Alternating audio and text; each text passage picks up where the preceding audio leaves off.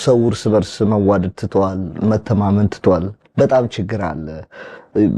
በተለይ አሁን ዲስ ዴይስ የምሰማው ነገር እኛውን ርቀን ስላለን አይደለምና ኢቭን በቤተሰብ የምታየው ነው። አሁን ከአንድ ሰፈር ተነስተው የሄዱ ሰዎች በቂ ነገር ስለሌላቸው የራሳቸው መቋቋሚያ ስለሌለ ግማሽ ስንት ሰው ሞት አሁን የኔ ሰፈር ሰው እንኳን ማቀው ወጣቱ ሳይኮሎጂካሊ በጣም ነው የተጎዳው። ችግር አለ። ያው ሀገር ሲለወጥ የሚመጣ ችግር አለ የታወቀ ነው። ግን በዛው ልክ ደግሞ እኩል መሄድ የከበዳቸው ሰዎች አሉ። ለውጡን ይዘው ወደፊት ማራመድ የከበዳቸው ነውጥ ነው የምለው እኔ። አሁን ይሄ ለውጥ አይደለም ነውጥ ነው። ምክንያቱም ለምን እንደዛ አልክ? እዚህ ምድር ላይ ሰው አስፈቅዳለህ የምትኖረው፣ ፈጣሪ ሲፈቅድ ነው የምትኖረው። አሁን ሰው አስፈቅደህ የምትኖርበት ዘመን ላይ ነው የደረስን። ገባ? ምክንያቱም ለመኖርና ለመኖር የሆነ ሰው መፍቀድ አለበት። ገባ? ያ ልክ አይደለም። ምክንያቱም እንደውም አንድ አባት ሲናገሩ አንዳንዴ መሪን ጽፌዋለሁ እንደውም ይለያል በሚለው ሙስጠላ እዛ ላይ እሳቸው የተናገሩትን ነው የጻፉት እና አንተ በጥሩ ነው የመጣው ወይስ በመጥፎ የተሾምከው ብለውታል።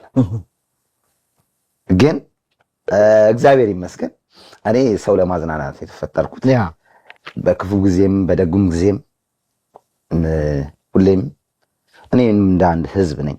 ምክንያቱም ራሴን እንደ አንድ ህዝብ ነው የምቆጥረው። የህዝብ ልጅ ነው። ምክንያቱም ከህዝብ ጎን ያለው አቋሜም አይለወጥም። ጥሩ ነገር ካየው ጥሩ ነው እላለሁ፣ መጥፎ ነገር ካየው ደግሞ መጥፎ ነው እላለሁ። የትኛውንም ጦርነትን ያልደግፍ ማናችንም አንደግፍ። ምክንያቱም ማን ይደግፍ? አሁን ግን እየተዋጋን ያለው ነው ከሰይጣን ጋር። ገባ? አንደኛ ከራሳችን ጋር መጀመሪያ ውጊያችንን ጨርሰን ገባ?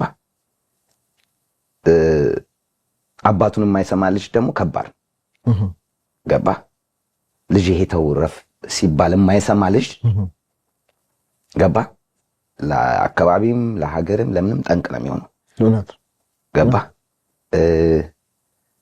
እኔ ሳድግ አባቴ ለኔ መስዋዕትነት ከፍሎ እኔ ለማሳደግ ስንት ጋራና ስንት ነገር ጥሮ ሲያመጣ ይሄን ገብቼ ይሄን ወጥቼ ብዬ እላችሁ አይለኝም አባቴ።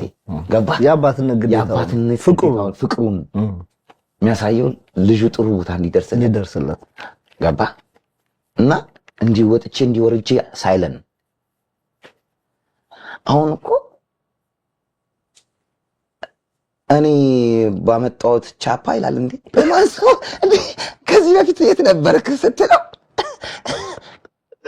ቻፓ የኔ ነው ብላው ይላል። ቻፓ የኢትዮጵያ ሕዝብ ነው።